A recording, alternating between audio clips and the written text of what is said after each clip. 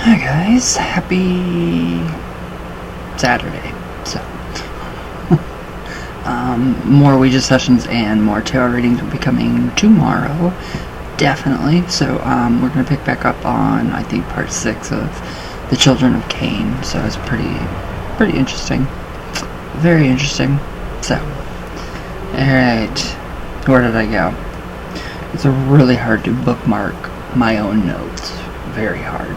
So, okay, so, alright, now, as one traditional witch, turn the page, told this writer, so nature has a sting in its tail. In dealing with the natural world, there's always a price to pay, sometimes small, sometimes large. It depends on the tariff that is set and the non-negotiable. Oh, and it is non-negotiable, so, and that's May of 2006. Yeah. There's always a price to pay. Always. So, where'd I go? First page.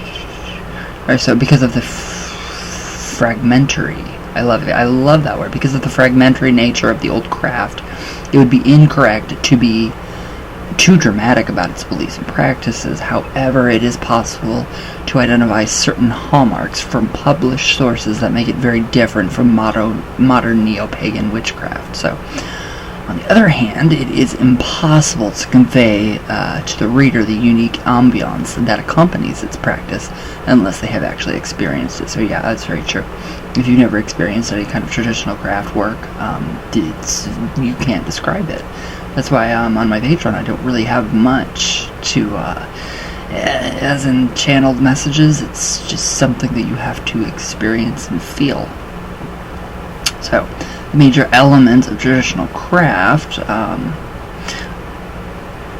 as already discussed, include robed meets, which are gatherings, or magical workings, the importance of contact with the local spirits of the land, and elemental forces, the use of earth energies at sacred sites, and communion with the spirit world in the realm of the fairy. So as regards of operative witchcraft, there is this use of magical dreaming, astral travel, psychic vision, trance work, mediumship, and divination, a personal relationship with familiars and spirit guides, and the occult knowledge of plant lore and herbalism. It just goes and goes and goes. So, in addition, in some old craft groups and some traditions, there is the practice of a dual faith observance, such as the use of psalms and Latin charms and magical workings. We did see that with Gemma Gary's books, big time. The traditional crafter would be going to church, and then they would be actually doing, their practice after church. So, there's saint worship, heretical Christian symbolism, demonological, I think that's the imagery, and the practice of angelic magic. So the horned god takes an important role and is sometimes exclusively worshipped, and there is less emphasis on a goddess spirituality. Yeah, that's very true. So there's not much room for the goddess in traditional craft. I mean, it's very god-based. So, for this reason, the traditional covines, or covens, are usually led by a male leader known as the magister, and that comes from the Latin master, or devil, and he initiates both sexes into the craft. And there is a use in spells and magical workings of controversial materials, such as graveyard dust, animal and human bones, the adoption of ritual masks, shape-shifting into animal forms, the ability to heal and curse, a belief in fairy marriages, the spiritual concept of witch blood or elven blood, which would be fairy blood, descending through the physical interactions from the ancient past. So, the existence of the mark, sometimes known as the mark of Cain, for recognizing other witches and potential initiates is really interesting. That's really interesting because I remember in school, it was very, very rare when I was in school to find people that were actually practicing the craft, the old craft. And yeah, I met one girl, and I noticed her pentagram was very tiny, and I told her how much I loved it, and we became really good friends, and we still are friends to this day. So for recognizing other witches and potential, oh yeah, I already read that. Alright, so, and specific forms of initiation, including the magical transmission of occult knowledge and the physical and spiritual passing on of power, which is really supposed to be done by person to person, like passing on of power when the leader is declining or is, on kind of dying, on their deathbed. So, yeah, it's sad.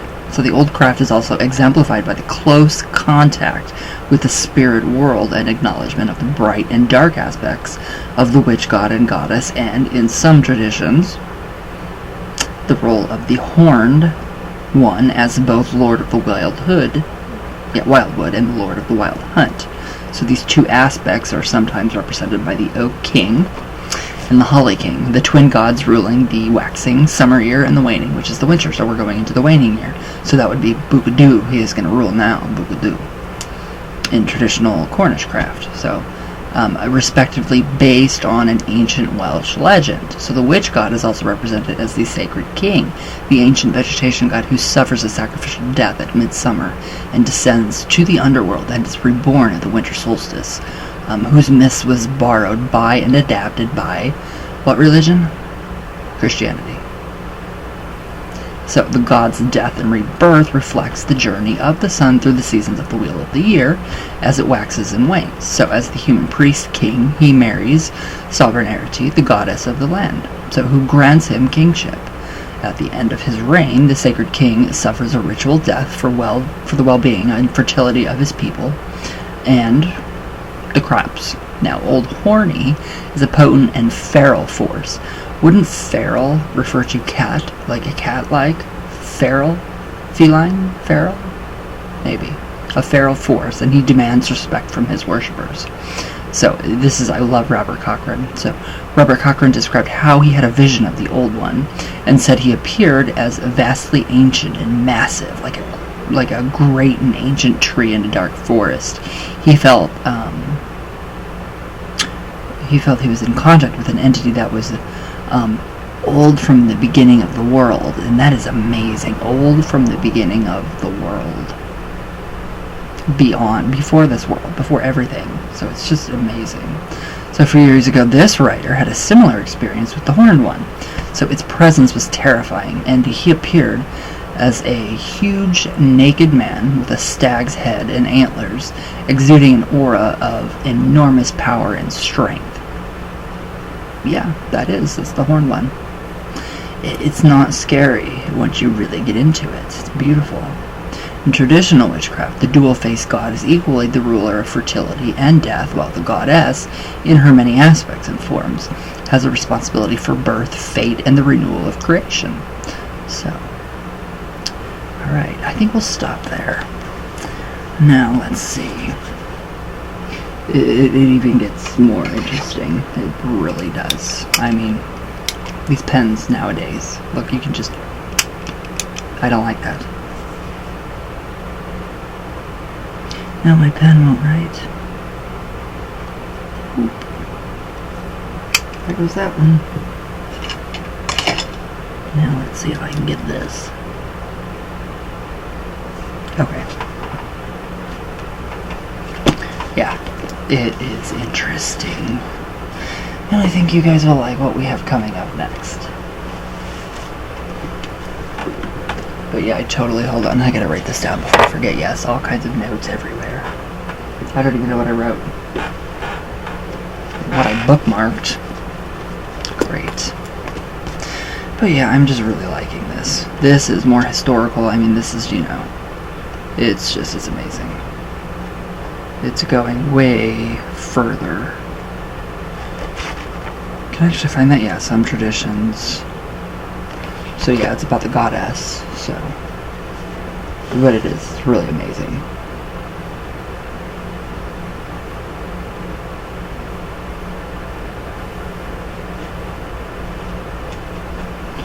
Alright. But yeah, I just really like how he explains things and how he puts things and how he compares everything, literally everything you can possibly imagine. He compares it to. And I love it. So, alright guys, I hope you all have a good day. But yeah, and I hope you guys enjoy, and I will see you guys tomorrow. So, all my love, all the way from Venus, all the way back down.